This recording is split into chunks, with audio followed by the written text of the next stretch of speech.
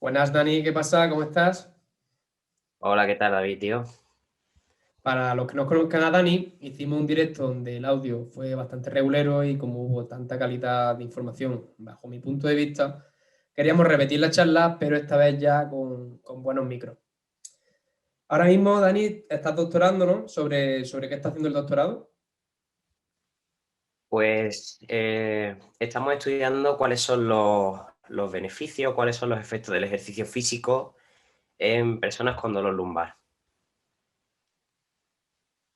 Y básicamente lo que estamos haciendo es comparar nuestra intervención con un programa de ejercicio realizado en casa e intentar ver si realmente los efectos del ejercicio físico tienen que ver con la intervención en sí o con los factores asociados al mismo.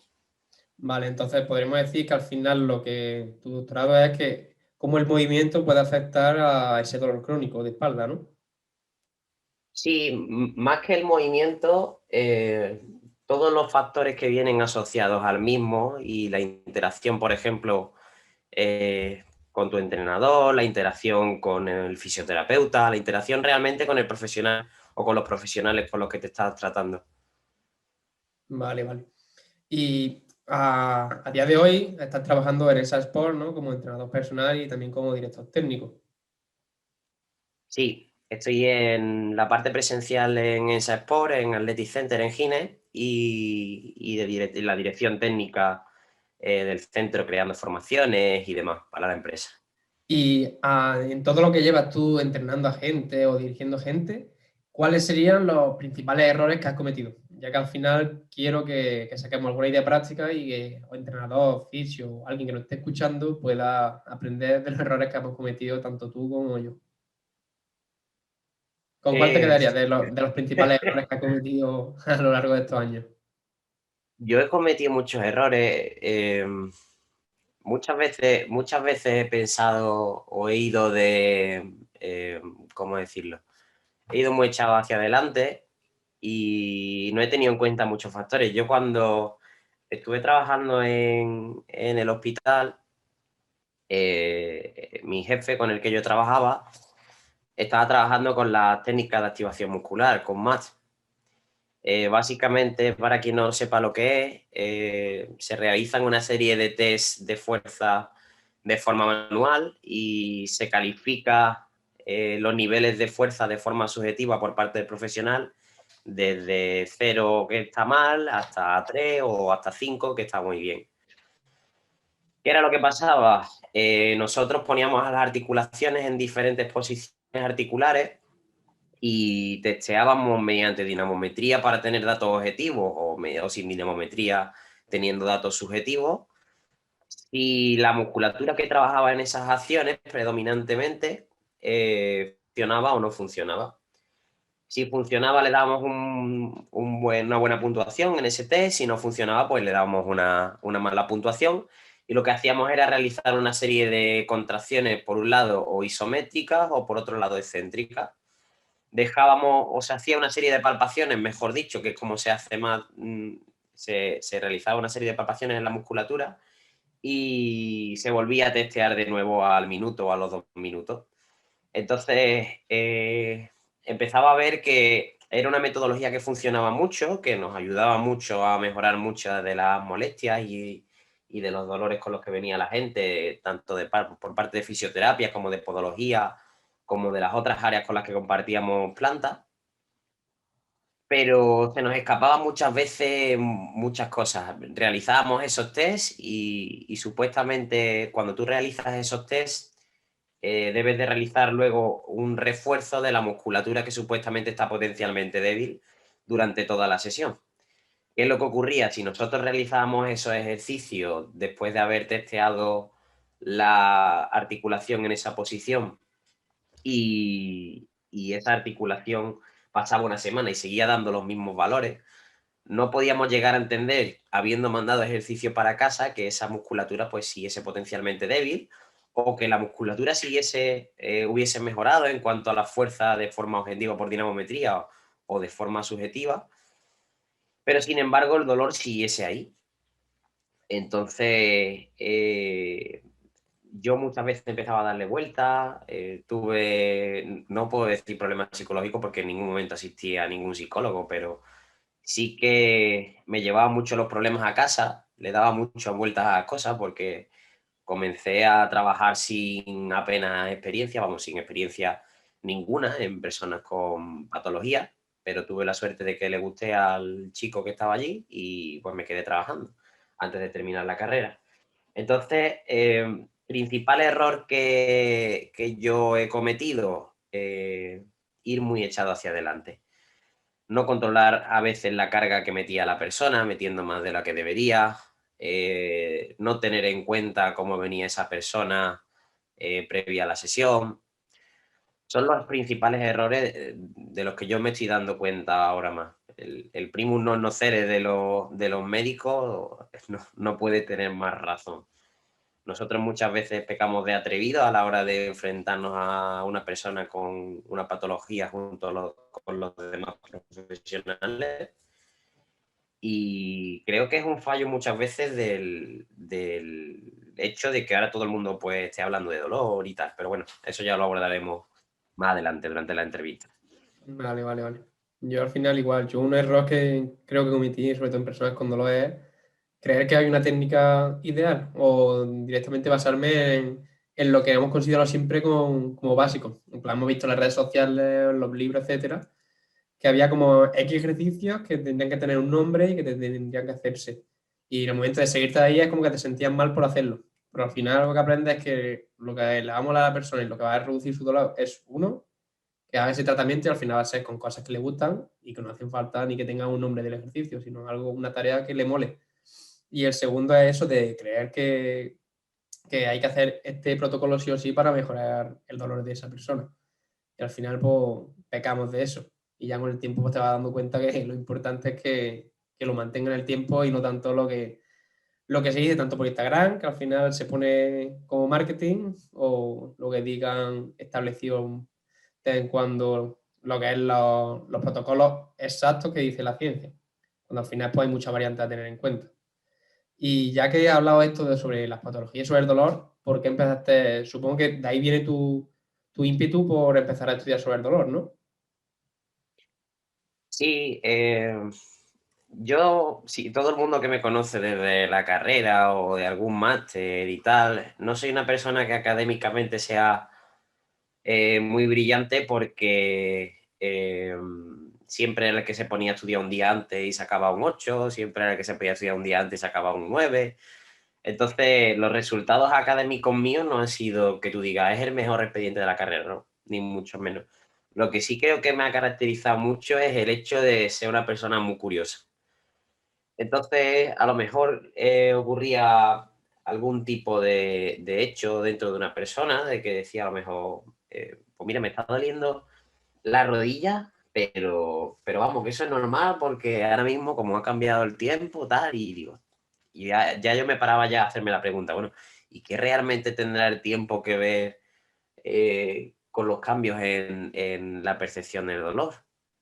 Porque es que, o sea, los cambios de presión atmosférica realmente van a repercutir tanto a nivel intraarticular y a nivel de todo el sistema nervioso central.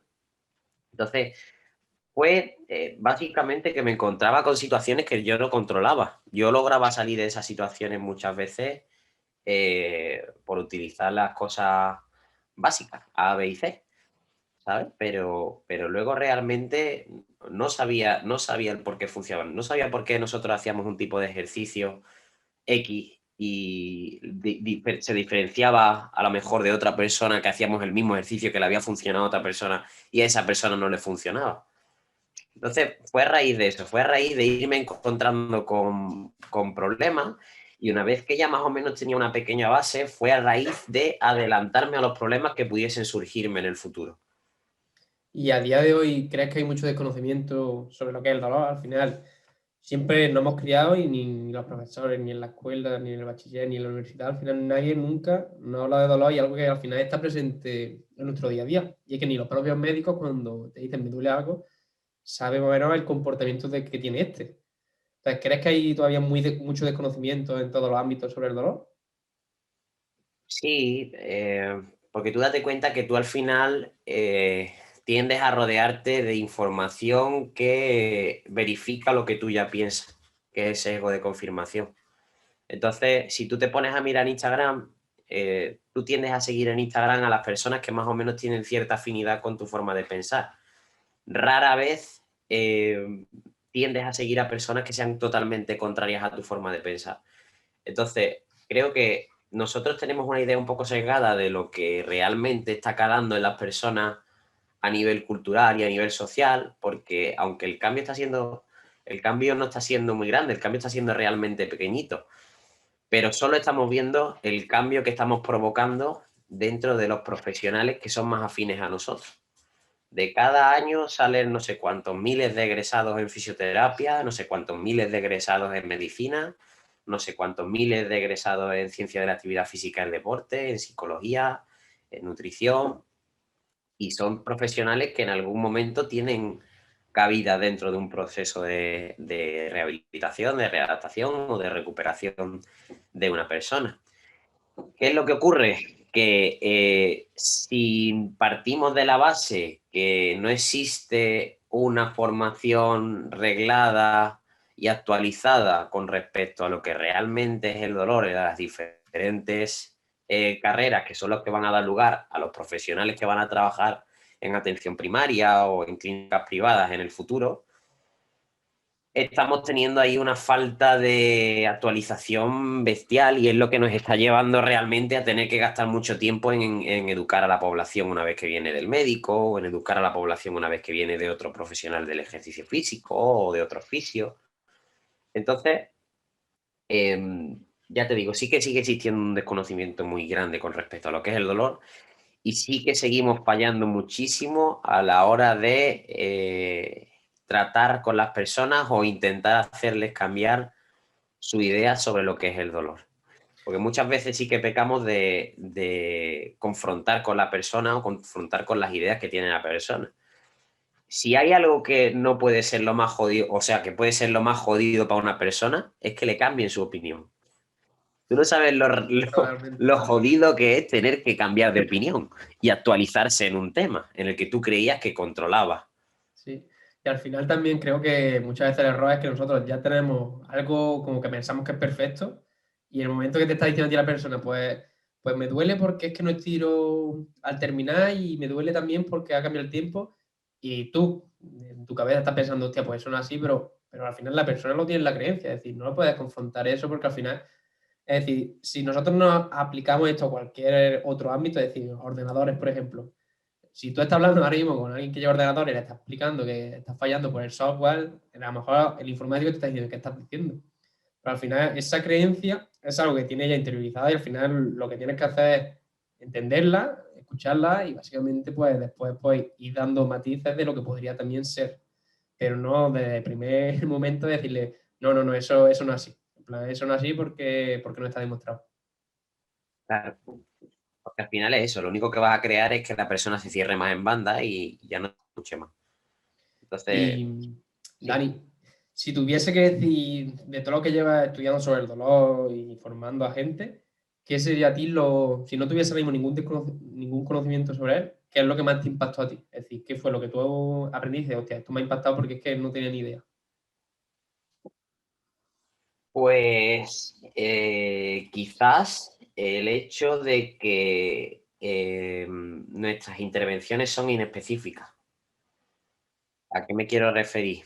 Que había gente que por el simple hecho de andar, meterlo en la elíptica o hacer un Jefferson Curl o hacer un peso muerto con la columna completamente recta o hacer un curl de bíceps o un press banca que supuestamente no tiene nada que ver con esta patología, conseguían mejorar.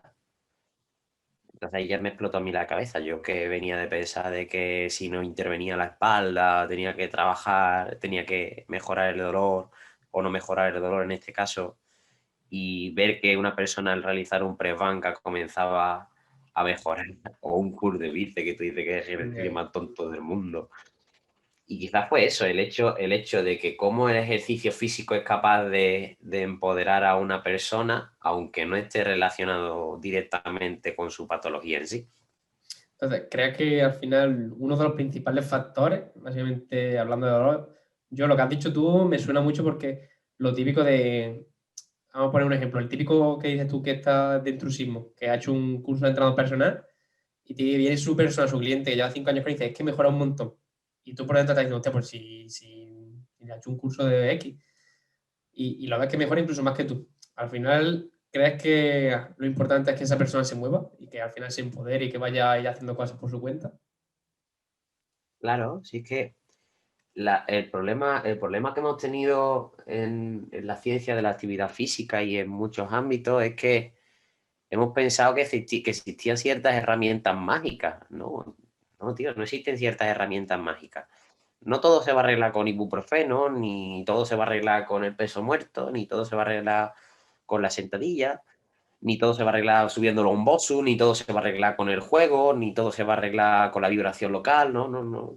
Tenemos que entender que el dolor está en la persona, el dolor no es el dolor está en el cerebro, no, el dolor está en la persona en sí, en todo lo que es, no solo en el cerebro. Entonces, es lo que tú dices, coño, pero si es que lleva con este chaval y está haciendo los 3 básicos de McGill y está mejorando, pues claro que está mejorando, coño, si es que se está moviendo. Si es que el hecho es moverse dentro de unos niveles dolorosos moderados o sin dolor, y que esos ejercicios cada vez te vayan permitiendo hacer más cosas. A nadie se le va a ocurrir, si te duele la espalda, ponerte a tirar piedra de 200 kilos o tirar piedra como el vídeo este que se ha hecho tan viral contra la policía. Pues a nadie se le va a ocurrir coger una piedra de esa y tirarla, porque no tiene mucho sentido. Pero yo creo que fallamos muchas veces en eso. Entonces Vale. hay intervenciones que son más o menos efectivas en función de cómo cambien a la persona. Ese es uno de los principales errores que estoy viendo yo a la hora de revisar ahora el marco teórico de la tesis. Y es que, por un lado, ni las intervenciones se describen con objetividad, ni por otro lado se intenta replicar una misma metodología en todas las intervenciones. Que yo no estoy de acuerdo en que se repliquen la misma metodología en todas las intervenciones, pero sí que se deberían de replicar al menos los mismos principios, si queremos llegar por lo menos a un consenso con lo que funciona realmente. Vale, y entrando ya un poco con esta tecnología del dolor, para que al final lo que esté escuchando este podcast pues puedan, aunque sea tener una cierta base, vamos a hablar de algunos términos que, por ejemplo, sería, siempre hemos asociado que nos duele algo porque nos hemos hecho daño. Es decir, si me duele a mí la rodilla o la espalda es porque me he hecho daño haciendo X gesto o X postura. Que al principio puede ser que sea verdad, es decir, porque se de ese proceso de inflamación, que haga un X gesto, te ha hecho daño, te inflame. Pero siempre está relacionado este dolor con el daño del tejido. Eh, el problema está, David, en lo que entendíamos antes como dolor, que era realmente dolor como señal que entra, no como señal que sale. ¿A qué me quiero referir? Nosotros pensábamos que el dolor ya partía directamente desde el tejido. En este sentido ya sabemos que no, que el dolor no parte directamente desde el tejido como tal, porque muchas veces nos hemos dado cuenta, por ejemplo, que nos hemos hecho herida y está sangrando la mano y a lo mejor no estás prestando atención y de repente te ves todas las manos manchadas de sangre y, ostras, ¿qué ha pasado? Si realmente el dolor funcionase como una señal de entrada hacia el sistema y no como una señal de salida en función de las creencias, los recuerdos que nosotros tenemos sobre ese episodio y demás, el dolor sí estaría relacionado con el daño, pero el problema es que no. El problema es que seguimos viendo resonancias magnéticas, seguimos viendo cada vez más evidencia de que hay personas que tienen cambios estructurales degenerativos severos, con incluso compresiones medulares muy grandes, y sin embargo esas personas no tienen ningún tipo de dolor, ni tienen ningún tipo de afectación en su vida diaria. ¿Quiere decir eso que todas las afectaciones que se vean en una resonancia magnética no tienen una correlación con el dolor? No, porque existen algunas correlaciones entre las pruebas de imagen y el dolor en este caso. Pero sí que la gran mayoría de las veces que se realiza resonancia magnética a personas asintomáticas, se encuentran cambios degenerativos en las articulaciones que no están correlacionadas en este caso con el dolor. Ahí está. Al final, algo que impactó a mí también mucho fue intervenciones donde se comparaba a gente que le dolía el hombro con gente que no, y en esa propia resonancia había gente que tenía el tendón del supra medio roto y no presentaba ningún tipo de dolor, o presentaban hernia discal y tampoco presentaban dolor, y gente que estaba perfectamente de tejido, de que no tenía nada y estaba con un dolor terrible. Al final creo que los tiros van más que la gente entienda que muchas veces va a depender más de lo que interpretemos nosotros como nuestro cerebro como amenaza. Que eso al final quiero que hablar un poquito de cómo el cerebro produce ese dolor en función de si algo considera como peligroso o no. Pues básicamente lo que están intentando, bueno, lo que hemos intentado, lo que han intentado por parte de la neurociencia es encontrar, por así decirlo, cuál es el camino que sigue la información que entra en el sistema nervioso central y sale en forma de dolor. Entonces se han dado cuenta de que existen diferentes áreas, unas relacionadas con, por ejemplo, el procesamiento de esa señal, otras relacionadas con cómo podemos modular esa señal si ahora mismo no es importante sentir dolor, y otras relacionadas en cómo emocionalmente y en cuanto a los recuerdos que nosotros tenemos, podemos modular amplificando o disminuyendo la respuesta dolorosa en este caso. Entonces, ¿qué es lo que ocurre?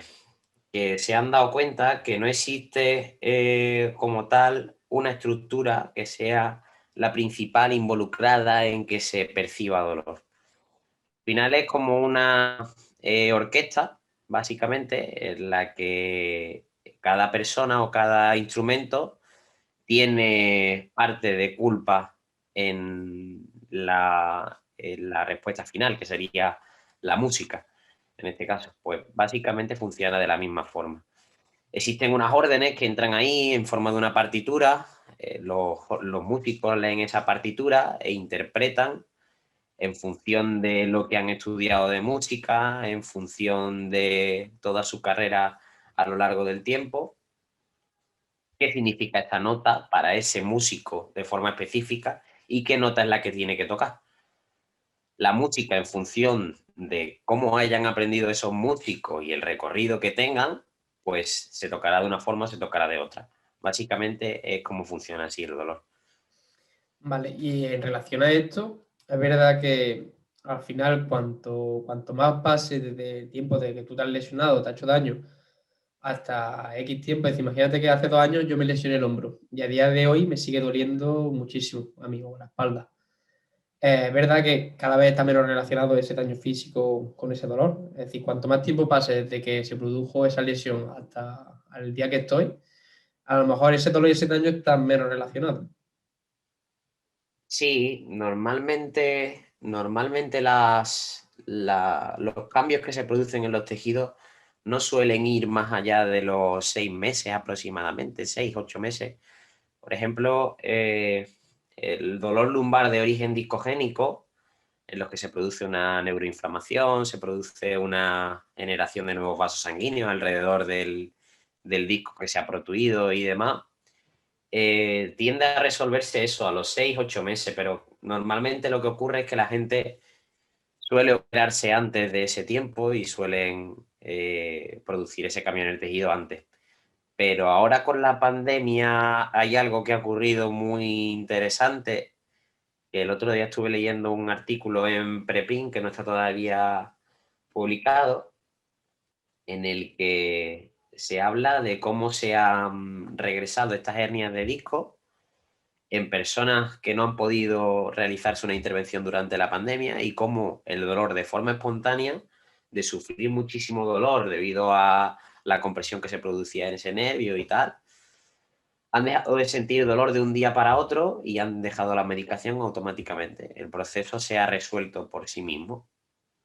Entonces, a medida que va pasando el tiempo, si tú tiendes a tener un tipo de comportamiento X, basado en lo que siempre hablamos, en las creencias, en cómo te has comportado anteriormente ante este tipo de dolor y demás, sí que sabemos que podemos llegar a perpetuar más ese dolor en el tiempo. Es decir, que los cambios que se producen en el tejido, a medida que va pasando el tiempo, suelen ser menos relevantes en el tratamiento de esa patología a largo plazo.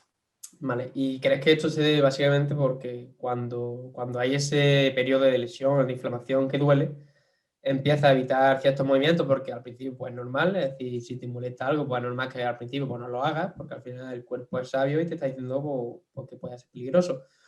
Pero imaginemos que cada dos por tres estamos evitando movimientos, es decir, yo no voy a doblar la espalda porque me hice daño así, entonces pasan 2 meses, yo voy a seguir sin doblar la espalda porque ahí fue cuando yo me lesioné. Y de repente llega un punto en que han pasado 8 meses y inconscientemente ya cualquier gesto de una persona agacharse te molesta a ti. Y es básicamente porque tú estás asociando ese gesto o has asociado, o has enseñado, al final has educado tu cerebro para decirle que ese gesto a ti te va a doler y que no lo hagas. ¿Crees que más o menos así? Sí, en esto nos tiene mucho que aportar la psicología y el área del aprendizaje, porque hay un experimento que es muy famoso, el experimento del perro de Pavlov, en el que básicamente se le ponía a un perro comida y se medía la salivación, y lo que hacía era asociarse cada vez que se le ponía al perro comida, se tocaba una campanita. En el momento en el que ese estímulo se volvió asociativo, es decir, en el momento en el que el perro llegó a asociar que cada vez que sonaba la campanita había comida, los investigadores lo que hicieron fue quitar la comida y hacer simplemente sonar la campanita. Y lo que hacían fue medir si seguía existiendo esa salivación por parte del perro previa a la comida. Y se dieron cuenta de que una vez que una persona o un animal en este caso asociaba un estímulo a una respuesta condicionada, esta respuesta condicionada se podía dar siempre que apareciese ese estímulo. ¿A qué me quiero referir con esto? Si tú cada vez que has cogido peso del suelo con la espalda flexionada has sentido dolor, tu cuerpo ya directamente asocia el hecho de flexionar la espalda a que se produzca dolor, con lo cual esa asociación se vuelve cada vez más fuerte si tú la sigues reforzando. ¿Qué sería lo ideal? Pues que en este caso nosotros rompiésemos esa asociación poco a poco, que es lo que se conoce como la exposición gradual. Y sí, al final vamos a hablar un poquito de esto de la exposición gradual porque es normal decir gente que no sepa sobre dolor, sobre lo que es movimiento, etcétera. Es normal que al final le enseña a su cerebro que ese gesto le va a hacer daño. Es decir, si no opera de menisco, pues si al principio te estaba doliendo la flexión, pues al final es algo normal en la conducta humana que tú asocias ese gesto a molestia o que te ha molestado la espalda. Pues normal que lo hagáis. Yo creo que aquí es donde nosotros tenemos que hacer ver o hacer hincapié en que lo normal es que al principio no lo hagas, pero que hay estrategias para que poco a poco empieces otra vez a hacer esos gestos y que esa molestia no sea tan grande y al final estás como educando otra vez a tu cerebro para que no interprete como amenaza o como peligroso ese movimiento. Y yo creo que aquí es donde lo que debería entender el que esté escuchando este podcast o nuestros clientes es que sí, que es normal que al principio duele, pero que no deberíamos evitarlo a largo plazo, sino que ir poco a poco, que se irá pasando esa molestia, pero que ir poco a poco al final como variando el movimiento y enriqueciéndote, que al final el cuerpo está para moverse y no deberemos limitar un movimiento para toda la vida, que siempre se ha dicho el médico o quien sea que no vuelva a hacer más esto. Yo tengo propios clientes que me han dicho, no, es que el médico me ha dicho que no me puedo colgar de la barra porque nunca más porque me lesioné del hombro. Y al final el hecho de esas palabras que te las diga gente tan importante es como que te choca bastante y muchas veces no sabemos lo que podemos producir en esa persona para toda su vida. Eh, hay dos cosas.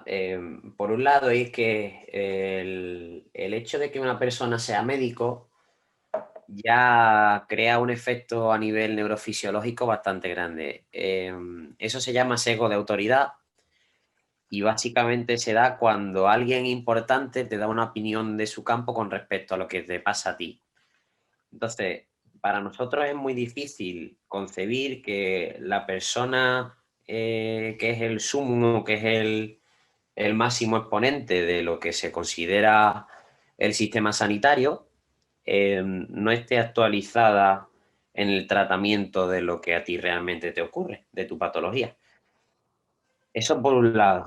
Y por otro lado, me gustaría hacer un poco hincapié en lo del tema del cerebro. Cuando nosotros hablamos del cerebro, me gusta más utilizar la palabra sistema, porque ya no parte solo del sistema nervioso central o del encéfalo en sí, sino que también nosotros podemos ayudar a las articulaciones a que los factores proinflamatorios que se generan después de haber realizado una agresión a esa articulación, podemos hacer que se toleren mejor en este caso. Entonces, cuando nosotros muchas veces utilizamos la palabra cerebro delante de la gente y tal, tienden a asociarlos con psicología o con darle al cerebro una capacidad de decisión que escapa a las posibilidades de la persona para cambiarlo, ¿no? El cerebro simplemente es una parte más del engranaje que forma parte del sistema y obviamente tiene un gran papel en la toma de decisiones en este caso, pero no solo el cerebro es el que se encarga de ello, sino cómo todos los sistemas interactúan, tanto el sistema inmune como todo el sistema circulatorio, cómo todos ellos interactúan para que se dé una respuesta favorecedora del dolor o, en este caso, analgésica o en contra del dolor. Vale. Y otro campo que al final, otro que siempre no hemos visto envuelto es la típica creencia que se cree que siempre nos hemos hecho daño o tenemos dolor porque nos hemos pasado con la carga, que hemos cogido más peso de la cuenta o que hemos hecho un mal gesto o que hemos dormido mal. Y de repente llevamos una semana bien y achacamos ese dolor, esa molestia que acaba de aparecer a algo y estamos todo el rato dándole vueltas a qué hemos hecho nuevo para que nos moleste otra vez la espalda, la rodilla, lo que sea. Entonces, ¿qué factores pueden influir en que tu dolor aumente? Pues mm, la verdad que miles es que, ¿sabes? El problema que el ser humano como tal lleva muy mal la incertidumbre. La Totalmente. incertidumbre con respecto a no saber lo que va a ocurrir, por ejemplo, en personas que llevan hostelería, no saber lo que va a ocurrir de aquí a 4 meses, si va a haber una cuarta ola, si no va a haber una cuarta ola. Pues exactamente pasa lo mismo en el cuerpo. Si una persona que está en un proceso de recuperación, desde el principio no le hemos dejado claro que no todo va a depender de lo que nosotros realicemos en la clínica, en consulta o en el centro. Si tú no eres capaz de explicar que muchas veces no sabemos el por qué aparece ese dolor de nuevo ahí, seguramente cuando ese dolor aparezca ahí hayas perdido a la persona en su proceso de recuperación y le cueste muchísimo volver a confiar en ti. Entonces, ¿qué factores pueden ayudarte a que ese dolor aparezca? Pues muchísimo, muchísimo, como por ejemplo el haber dormido mal, el haber tenido una discusión con tu pareja, el estar en una situación laboral precaria, el no saber si vas a poder pagar tu recuperación el mes que viene. Es que son tantos los factores que pueden llegar a influir en el mismo que no podemos decir, este ha sido el que esta semana ha desencadenado tu dolor. Porque es que además tú no tienes ni puta idea de lo que está ocurriendo a nivel neurofisiológico en ese cuerpo, ni cómo ese estímulo está modificando la conducta de la persona. No tienes ni idea. Para ello deberías de tener un casco que estuviese midiendo continuamente todos los sistemas, ¿sabes? Y eso es prácticamente imposible. Ahí está. Yo creo que aquí al final la clave es hacer ver a la persona que influyen muchas cosas en su dolor y que por la típica semana o el típico día que te moleste más no significa ni que hayas recaído, ni que vuelva al principio, ni nada, sino directamente que ese día lo tenemos todo y que va a pasar, que no pasa absolutamente nada. El problema es cuando te tires por 2 meses seguidos con el mismo dolor sin que se quite.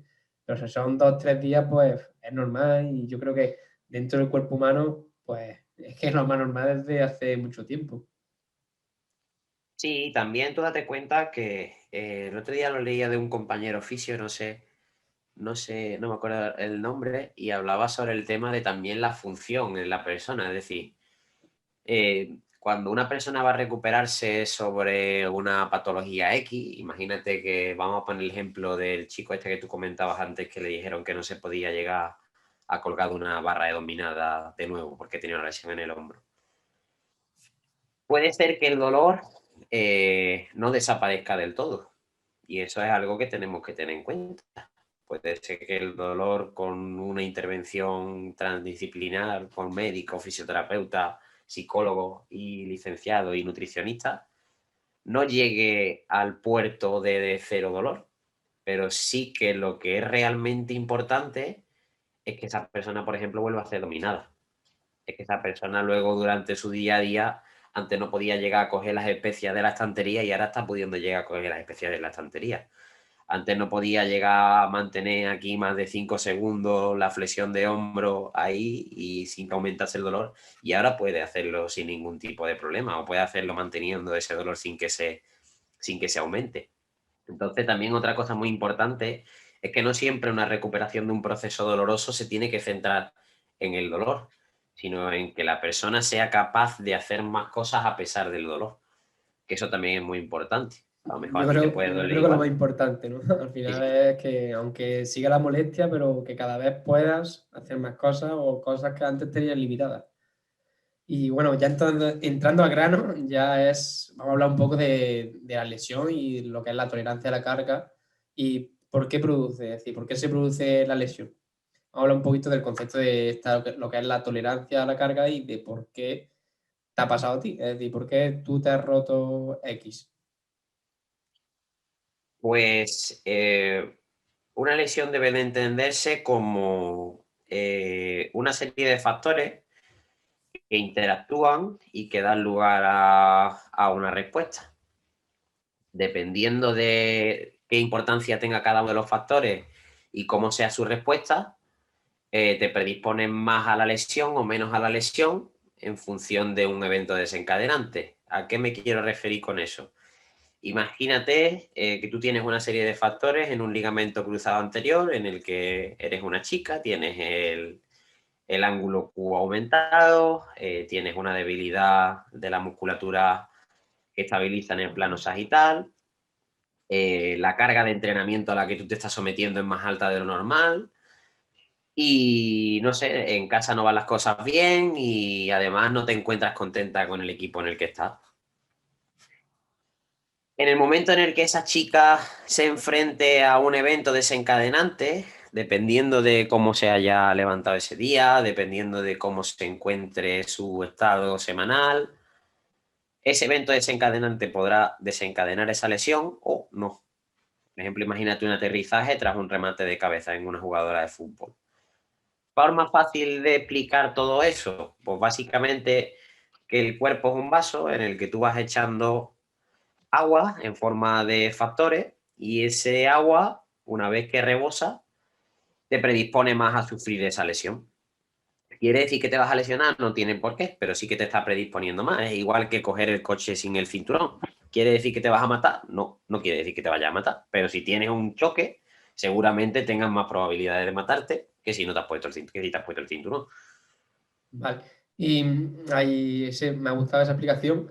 Y también muchas veces escuchamos que lo típico, pues me duele el hombro cuando escalo, me duele la rodilla cuando juego al fútbol, me duele el tobillo cuando corro. Y hay que hacer ver a esa persona que al final, si le duele siempre que está haciendo esa actividad, seguramente sea porque no es capaz de tolerar, es decir, no tenga unos niveles propios para tolerar esa actividad y lo que tendría que hacerse fuerte para poder soportarla sin ninguna molestia. Esto, por ejemplo, yo lo veo mucho a nivel de impacto. Es que no puedo hacer impacto porque me duele la rodilla. Al final, yo creo que ahí el problema es que no puedo hacer impactos porque no los tolera. Entonces, habrá que empezar desde cero para aprender a tolerarlo desde lo más pequeños posible hasta que llegue un punto en los que tú puedas tolerar todo tipo de impactos sin ninguna molestia. Pero si del día uno tú te pones a saltar desde 2 metros, pues seguramente pues no lo toleres y por eso aparezca la molestia. ¿Qué opinas de esto? Pues mira, ahí Álvaro de la Clínica Nova, hace ya por lo menos, no sé si son 3 años, yo fui a un seminario sobre neurociencia del dolor que hizo en su clínica aquí en Sevilla y comentaba el caso de un ciclista que veían que su preparación física estaba genial, que podía aguantar todos los kilómetros que podía y que no aparecía el dolor lumbar de ninguna forma. En el trayecto de Matalascañas a Mazagón, cuando pasaba por cierto punto, empezaba a doler. Y se empezaron a dar vueltas al coco, coño, porque este tío que supuestamente está preparado para su actividad, que puede hacer todos los kilómetros que le echemos por cualquier ruta, cuando pasa por ese punto molesta, tío. Y es básicamente porque en ese punto fue en el que esa persona se lesionó y el cerebro, cada vez que pasaba por esa, bueno, el cerebro, el sistema, no se malinterprete, cada vez que pasaba por ese punto, generaba la asociación con la última vez que se lesionó y empezaba a dolerle. ¿Qué es lo que hicieron? Pues le dijeron que una vez que pasaba por ese punto, en lugar de pararse, siguiese, pues hacia adelante. Y a medida que fueron pasando los kilómetros, el dolor mejoró. Entonces, puede ser que la persona no esté preparada para la actividad a la que se está exponiendo, o puede ser que se haya hecho una asociación con el dolor y esa actividad. Ahí está, sí. Ese habla del caso de Álvaro, ¿no? Sí. También nos lo contó a nosotros cuando hicimos el seminario. Vale. Ya hemos hablado un poquito sobre todo, es decir, ya la última término que creo yo que puede ser interesante para la persona que esté escuchando esto es si a veces se puede trabajar con molestia, es decir, muchas veces, tanto tú como yo, como cualquier persona que trabaje con alguna persona con dolor, en el momento que le molesta algo, siempre dice, no lo voy a hacer, que me molesta un poco, que me noto ahí tensión. ¿Es bueno siempre evitar esa molestia o puede ser también incluso beneficioso que de vez en cuando expongamos a cierta molestia y vemos cómo se comporta? Es decir, si a los días aparece dolor o no aparece dolor. La gran mayoría de las personas la gran mayoría de las personas que se suelen tratar de dolor son personas que ya llevan mucho tiempo con el mismo, más de 6 meses normalmente. Entonces, hay que entender que esos sistemas son muy eficientes en la percepción dolorosa. ¿A qué me quiero referir con esto?